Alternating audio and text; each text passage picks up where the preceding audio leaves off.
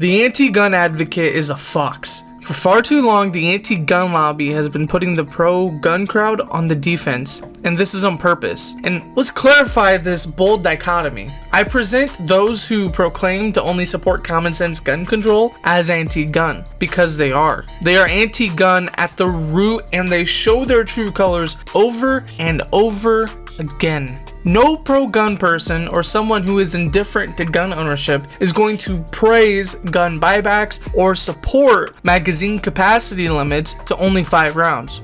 You push them far enough, they will go further. That is inherently anti-gun. The average anti-gun advocate is sly, and when arguing for gun rights, they should be watched closely. The anti-gun advocate will hide behind a self-righteous shield of compassion. Watch out for that, because they will use the compassionate card first by attempting to appeal emotion, which they will present it in the form of talking about dead kids or exploiting the tragedy of parents who have unfortunately lost a child. And the thing is, someone who is a victim of gun violence by way of losing someone close to them or by way of actually being shot will either allow themselves to be exploited or they usually agree with the position beforehand. Be aware that when they do play the compassion card, it's not just cherry picking evidence to support the preconceived bias. It is also them staking out the position that their side, their ilk, has a monopoly on compassion. They are painting you as a person who doesn't care about the lives of other people. And like I stated before, this is a tactic that they do on purpose. And even if the individual using this tactic is not aware of it, the person that they got this tactic from is aware of it. And you'll see a variation of this when they bring up how the death of insert person demographic here, followed by a statement about how insert right-wing person group here is to be blamed for their lack of action on passing gun legislation. Notice the lack of blame going toward the perpetrator or his background or the red flags that were obvious. And it's not that they are unaware, like I said, that there is some underlying cause behind a violent act involving guns. It just isn't important on their hierarchy of agendas. Their agenda is to ban guns or make it extremely impossible for anyone to own a gun in the first place. They lay the rules down for the discussion around guns and force you on the defense. But not only are you on the defense, you're playing by their rules. And this isn't a game with referees. Dirty tactics will be used. And appealing to emotion is a very, very powerful thing. The first thing to note about the anti-gun advocate is their compassion is a facade. They don't care about the victims. If they did care about the victims, they would be celebrating the decline in death-related homicides and deaths over the decades. Next time you're in a debate about firearm ownership, mention the fact that gun deaths have been on a downward trend and watch them blow right by that. They won't even acknowledge it because they do not care. Here's what it boils down to. It's the simple fact. They hate guns and they hate gun ownership. They don't care that a gun is the greatest equalizer there is between an aggressor and a victim. So, what do you do to combat this? Well, I have no idea, but here's some solutions that maybe will make things more tolerable for the pro-gun advocate or make it easier for you to engage with somebody who is detached from reality. Before they have a chance to play the compassion card, take it off the table. And if they do play the compassion card, don't go on the defense. Erica July, aka Young Ripa 59, has talked about this in the realm of being accused of racism or being a Nazi. Don't go on the defense, don't explain why you're not a Nazi or a racist, challenge them to prove it. If they attempt to obfuscate, shift the goalposts, or double down without proving it, either disengage or tell them to kindly go fuck off. And you know what? You don't even have to be kind about it. At this point, there is no reaching a person who is so removed from reality that they concoct fairy tales and treat them as if they were true. How does this apply to what I'm talking about? Instead of swearing that you are compassionate, call out the fact that their compassion is a facade.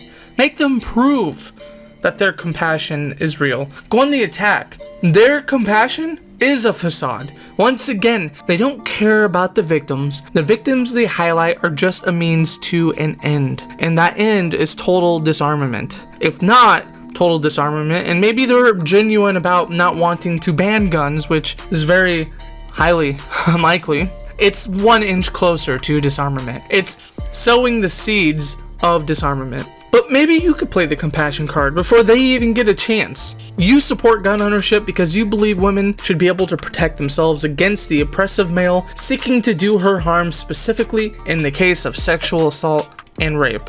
And you're not being dishonest when you say that. That's genuinely true. That's one reason why you think gun ownership should be allowed.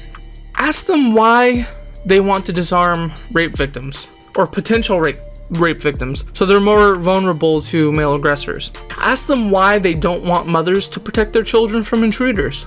Ask them why they don't want women to protect themselves against a violation of a restraining order. Why are you so anti-woman? Tell them that the whim of their emotion doesn't constitute any valid reason for disarming anyone, because it doesn't matter what they think people need or should be allowed to acquire. It's not any of their business. Go directly on the offense and talk about the Hearing Protection Act of 2017, which would have eliminated and reimbursed the $200 transfer tax on firearm suppressors. After all, firing a gun is loud, and you're just concerned about people damaging their ears.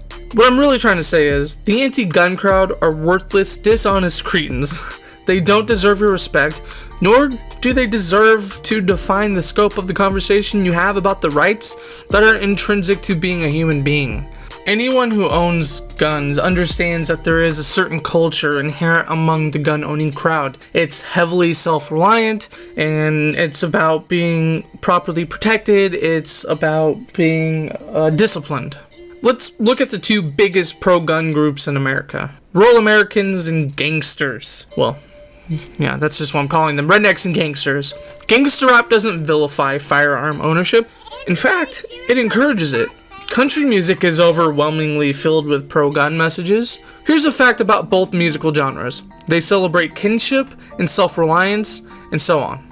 That's what I mean by there is a certain culture around owning guns. The matter of the fact is that the average anti-gun proponent holds guns and gun owners in absolute contempt. They hate you and they hate your lifestyle, whether or not you are a rural or an urban gun owner.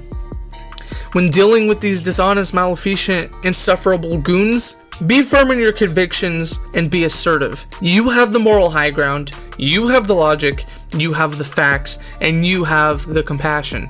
You are already inherently better than these people, so you might as well hold them to where they are, in contempt and below you. And let's be clear, I'm not saying that owning a gun makes you a better person, but defending the right of people to bear arms makes you a better person than those who advocate total disarmament or policies that inch closer to disarmament. You are a much better person. And I want to make one more thing clear before I end this video. I am a huge fan of cordial discourse, cordial dialogue, and debate. But not every single conversation that you're going to have when talking about these ideas is going to be an honest discussion. You don't necessarily have to use these tactics when debating somebody who is actually willing to listen to ideas. In the case of a debate, depending on the type of debate you're having, and obviously depending on the audience, you might want to actually use logics and facts more so than these sort of appeals to emotion. If we're talking about an actual dialogue, or if you're writing a research paper or a book, you don't want to only rely on using appeals to emotion, but you want to back that up with logic and statistics. It's just know your audience, know the person you're arguing with, because some people are so detached from reality. I am not a person that does Oxford-style debates. I don't appear on any news television shows or any news websites. I'm not writing articles. I'm not doing any sort of conversation with people for an audience. Therefore, I don't necessarily know how to debate, so take what I'm saying with a grain of salt. It's just consider the fact that these people hate you, and they hate the fact that you own guns as well. They hate the thing that you own, so a lot of them are not coming to the table with arguments in good faith. So be aware of that and respond accordingly.